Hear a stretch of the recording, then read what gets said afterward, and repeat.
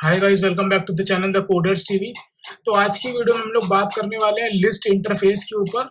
और list interface के कितने सब क्लासेस होती हैं हम लोग उसके ऊपर बात करने वाले हैं।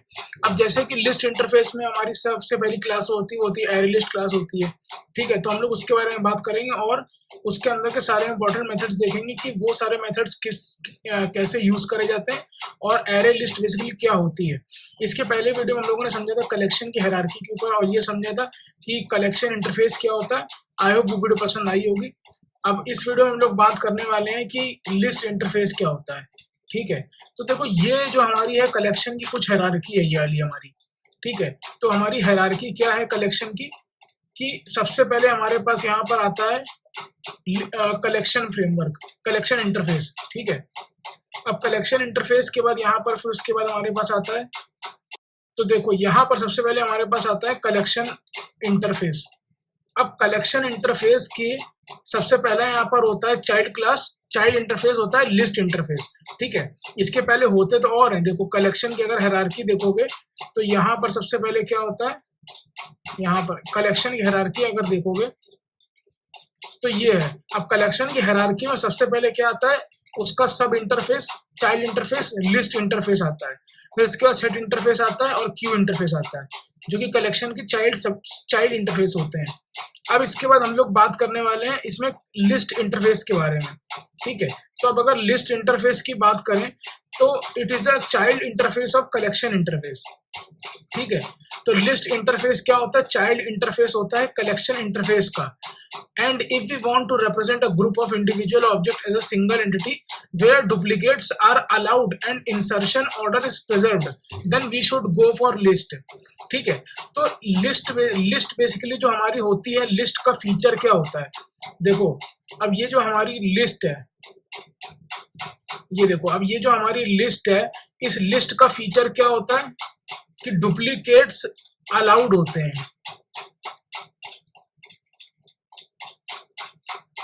ठीक है, और इंसर्शन ऑर्डर जो होता है वो प्रिजर्व्ड होता है। डुप्लीकेट्स अलाउड होते हैं और इंसर्शन ऑर्डर जो होता है प्रिजर्व्ड होता है। तो अब इसका कहने का मतलब क्या हुआ, अब देखो लिस्ट में हम लोग सबसे पहले यूज करने वाले हैं एरे लिस्ट। ठीक है, लिस्ट में हम लोग सबसे पहले यूज करने वाले हैं एरे लिस्ट। ठीक है, तो हम लोग एरे लिस्ट का समझेंगे कि एरे लिस्ट का क्या फीचर है। तो सबसे पहले देखो हम लोग लिस्ट इंटरफेस देख लेते हैं। अब जैसे कि हमारा लिस्ट इंटरफेस है तो क्या कह रहा है, it is child interface of collection. ठीक है, तो लिस्ट इंटरफेस ये जो हमारा ये है चाइल्ड इंटरफेस कलेक्शन का। ठीक है, if you want to represent a group of objects, ये सब हमें पता है, where duplicates are allowed and insertion order is preserved.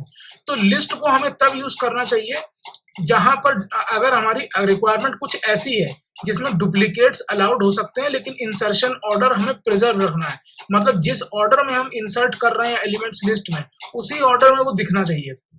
ठीक है, we can preserve insertion order and we can differentiate duplicate object by using index, hence index will play important role in the list। ठीक है, तो अब list के अंदर कुछ important methods होते हैं। लिस्ट के अंदर क्या होते हैं, कुछ इंपॉर्टेंट मेथड्स होते हैं। यहाँ पर लिस्ट के अंदर कुछ इंपॉर्टेंट मेथड्स होते हैं। अब वो सारे इंपॉर्टेंट मेथड्स तुम्हारे एरे लिस्ट के पास भी ऑटोमेटिक आ जाते हैं क्योंकि वो उसकी चाइल्ड क्लास है, और वो सारे मेथड्स यहाँ पर तुम्हारे लिंक लिस्ट के पास भी आ जाते हैं क्योंकि वो उसकी चाइल्ड क्लास है, और वही सारे मेथड तुम्हारे उठ करके वेक्टर और स्टैक के पास भी आ जाते हैं, जो सारे मेथड्स तुम्हारे लिस्ट इंटरफेस के पास। हम लिस्ट इंटरफेस के पास कौन कौन से मेथड होते हैं, जैसे कि ऐड होता है, ऐड और है, गेट है, रिमूव है, सेट है। तो ये सब क्या है, एलिमेंट्स ऐड करने के लिए, गेट करने के लिए, रिमूव करने के लिए ये सारे एलिमेंट्स दिए गए हैं। ठीक है, तो अब इसमें क्या है, ये सारे एलिमेंट्स हम लोगों को दिए गए हैं लिस्ट इंटरफेस में, और ये सारे जो फंक्शंस हैं वो हमारे इसके सब क्लासेस के पास भी आ जाते हैं। ठीक है, अब हम लोग जो है यहाँ पर सबसे पहले एरे लिस्ट की बात करने वाले हैं। तो एरे लिस्ट की क्या बात है, the underlying data structure of array list is resizable, growable in nature, duplicates objects are allowed, insertion order is preserved. तो अब अगर हम लोग एरे लिस्ट की बात करें तो हम लोग ने देखो लिस्ट यहाँ पर समझ लिया था, अब हम लोग जो है एरे लिस्ट की बात करने वाले हैं। ठीक है, हम लोग एरे लिस्ट मतलब लिस्ट के अंदर हम लोग सबसे पहले क्या यूज करेंगे, एरे लिस्ट यूज करेंगे। तो एरे लिस्ट हमारी क्या है, क्लास है। लिस्ट हम लोग देख रहे हैं और लिस्ट के अंदर एरे लिस्ट हम लोग समझने वाले हैं। तो एरे लिस्ट क्या है, क्लास है। अब एरे लिस्ट का सबसे पहला फीचर क्या होता है कि डुप्लीकेट्स आर अलाउड। ठीक है, ये तो हमने पहले ही कहा था कलेक्शन इसमें यहाँ पर लिस्ट इंटरफेस के लिए कि लिस्ट में डुप्लीकेट्स अलाउड होते हैं। अब वो चाहे लिस्ट कोई भी हो, वो तुम्हारी चाहे एरे लिस्ट हो, चाहे लिंक लिस्ट हो, चाहे वेक्टर हो, स्टेप कुछ भी हो। ठीक है, उसके बाद हमने कहा था कि इंसर्शन ऑर्डर इज प्रिजर्व्ड। ठीक है, इंसर्शन ऑर्डर इज प्रिजर्व्ड।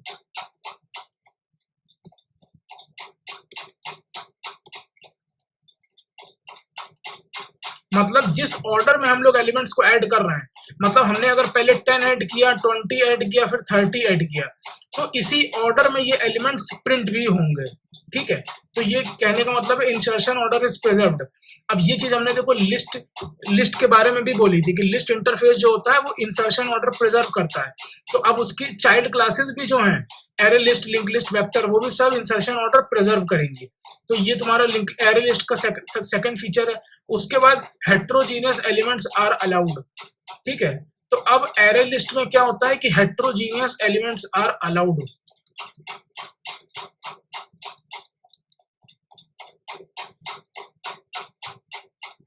ठीक है, मतलब तुम हेट्रोजीनियस एलिमेंट्स एरे लिस्ट के अंदर स्टोर कर सकते हो। मतलब एलिमेंट्स तुम्हारे जो होंगे वो कैरेक्टर भी हो सकते हैं, फ्लोट भी हो सकता है, या फिर कुछ भी हो सकता है। तो अब हम लोग एरे लिस्ट बनाते कैसे हैं वो समझते हैं।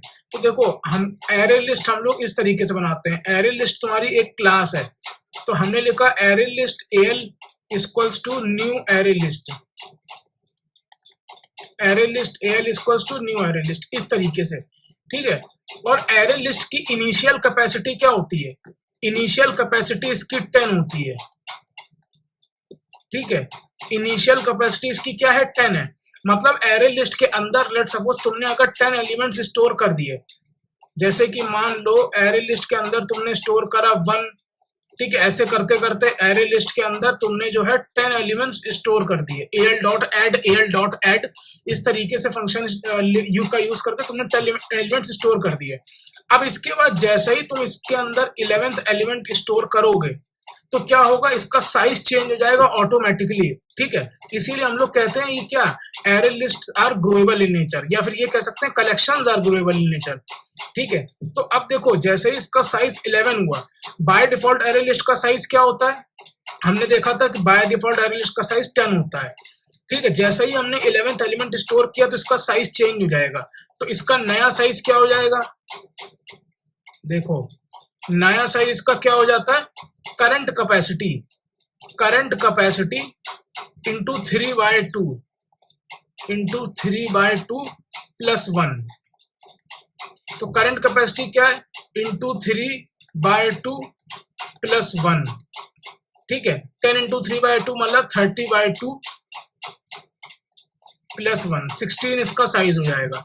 स्टार्टिंग में क्या था? 10 था, अब इसका साइज कितना हो गया? 16 हो गया।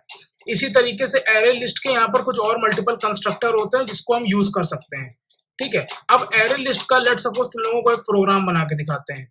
लेट सपोज हमारे पास ये एरे लिस्ट हम लोग बनाने जा रहे हैं। हमने बोला एरे लिस्ट, ठीक है, एरे लिस्ट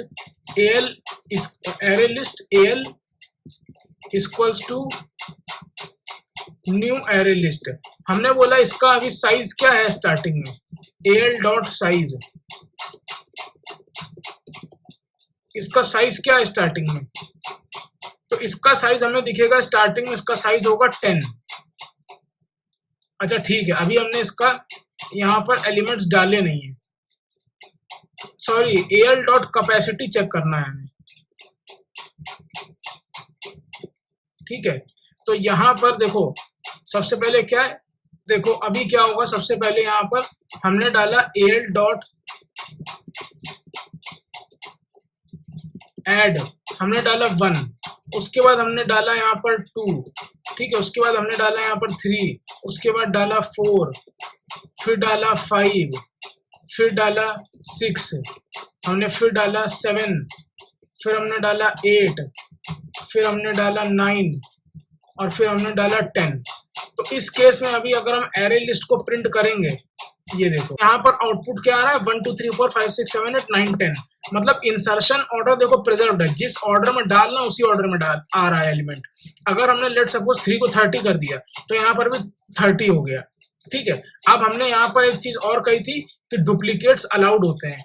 अब लेट सपोज यहाँ पर हमने एक 10 और डाल दिया तो देखो यहाँ पर डुप्लीकेट्स अलाउड हो गए, ठीक है। इसका मतलब हम एरे लिस्ट के अंदर डुप्लीकेट्स भी स्टोर कर सकते हैं। और इंसर्शन ऑर्डर भी देखो हमारा प्रिजर्व्ड है, जिस ऑर्डर में एलिमेंट्स हमने डाले हैं उसी ऑर्डर में एलिमेंट्स हमें दिख भी रहे हैं, ठीक है। अब इसके बाद देखो यहाँ पर क्या है कि हम एरे लिस्ट की अगर हम यहाँ पर कैपेसिटी डिफाइन कर दें, जैसे कि 10 हो गई है, ठीक है। तो अब अभी क्या होगा यहाँ पर एरे लिस्ट की कैपेसिटी यहाँ पर, तो ठीक है हम कैपेसिटी अगर नहीं भी डिफाइन करते हैं तब भी जो है हमारा यहाँ पर एरे लिस्ट क्रिएट होगी। एरे लिस्ट हमारी ये क्रिएट हो गई और हमने इसके अंदर 10 एलिमेंट्स डाल दिए, 11 एलिमेंट्स। अब ऐसे करके हम कितने भी number of elements array list के अंदर डाल सकते हैं, ठीक है। तो ये हमारी हो गई एरे लिस्ट। अब एरे लिस्ट के अंदर लेट सपोज हमने ये प्रिंट करके देख लिया। अब हमें यहाँ पर एरे लिस्ट के अंदर एलिमेंट को गेट करना है, तो हमने लिखा al डॉट गेट। हम पर्टिकुलर इंडेक्स लिख देंगे कि 4th इंडेक्स का एलिमेंट हमें दे दो, तो 4th इंडेक्स में क्या है 5 पड़ा हुआ है, ठीक है। ऐसा ही एक गेट मेथड और होता है हमारे पास, जिसमें हम पर्टिकुलर एलिमेंट, यहाँ पर गेट मेथड हमारे पास एक ही होता है, दो नहीं होते हैं। बेसिकली गेट मेथड हमारे पास एक ही होता है, ठीक है। अब इसके बाद हम एरे लिस्ट के अंदर एक सबसे इंपॉर्टेंट चीज ये होती है चेक करना कि वो पर्टिकुलर एलिमेंट प्रेजेंट है एरे लिस्ट के अंदर कि नहीं। तो हम चेक कर लेंगे al डॉट कंटेन्स, क्या एरे लिस्ट के अंदर 10 है, तो बोलेगा हाँ ट्रू 10 है। लेकिन अगर हम चेक करेंगे कि क्या 100 है तो बोलेगा फॉल्स, नहीं है 100, ठीक है। ऐसा ही al डॉट रिमूव, तो हमने बोला 4th इंडेक्स का एलिमेंट जो है रिमूव कर दो, तो यहाँ पर उसने 4th इंडेक्स का एलिमेंट रिमूव कर दिया और हमें रिटर्न भी कर दिया जो एलिमेंट्स को उसने रिमूव किया है। तो अगर हम दोबारा फिर से al को प्रिंट करेंगे तो देखो यहाँ पर हमें 5 देखने को नहीं मिल रहा और यहाँ पर 5 है, ठीक है, क्योंकि उसने 5 यहाँ पर रिमूव करके रिटर्न कर दिया हमको, ठीक है। तो ये हमारे एरे लिस्ट के कुछ इंपॉर्टेंट मेथड्स हो गए। अब जैसे यहाँ पर एरे लिस्ट के तो और भी इंपॉर्टेंट मेथड्स हैं, जैसे कि तुम्हारा हो गया सेट हो गया, इंडेक्स ऑफ हो गया, ठीक है। तो अब तुम ये भी चेक करते हो al डॉट इंडेक्स ऑफ, मतलब एलिमेंट जो 10 यहाँ पर तुमने दिया उसका इंडेक्स क्या है, तो 8 है इंडेक्स, ठीक है। 8th इंडेक्स पर 10 पड़ा हुआ है, 0 1 2 3 4 5 6 7 8, 8 इंडेक्स पर जो है 10 पड़ा हुआ है, इंडेक्स ऑफ 10, ठीक है। तो ये सारे तुम्हारे इंपॉर्टेंट मेथड्स यहाँ पर हो गए। अब इसके बाद देखो एरे लिस्ट की और बात करें तो ये हमारे पास एरे लिस्ट की देखो इनिशियल कैपेसिटी हम लोग यहाँ पर डिफाइन कर सकते हैं कि जैसे एरे लिस्ट की इनिशियल कैपेसिटी हमने यहाँ पर क्या दे दी 10 दे दी, ठीक है। तो एरे लिस्ट की अगर हमने इनिशियल कैपेसिटी 10 दे दी तो इस समय अगर हम एरे लिस्ट का साइज चेक करेंगे al डॉट साइज, तो इसका साइज क्या होगा, एक सेकेंड, एरे लिस्ट यहाँ पर हम लोग लिख देते हैं साइज ताकि समझ में आए कि कहाँ पर प्रिंट हो रहा है। साइज इज इक्वल्स टू 11, ठीक है। एरे लिस्ट का साइज देखो अपने आप ग्रो हो गया, ठीक है। और यहाँ पर देखो हमने साइज दे रखा था 10, ठीक है। तो एरे लिस्ट का साइज यहाँ पर अपने आप देखो ग्रो हो रहा है जैसे जैसे एलिमेंट ऐड करेंगे। तो यहाँ पर ये एरे लिस्ट के कुछ इंपॉर्टेंट मेथड्स हो गए। अब जैसे यहाँ पर देखो एरे लिस्ट के अंदर एक चीज ये और होती है कि usually we can use collections to hold and transfer data from one location to another location to provide support to this requirement every collection class implement serializable and cloneable interface, ठीक है। ये सब तो और बातें हैं जो तुम लोग देख सकते हो अपने आप।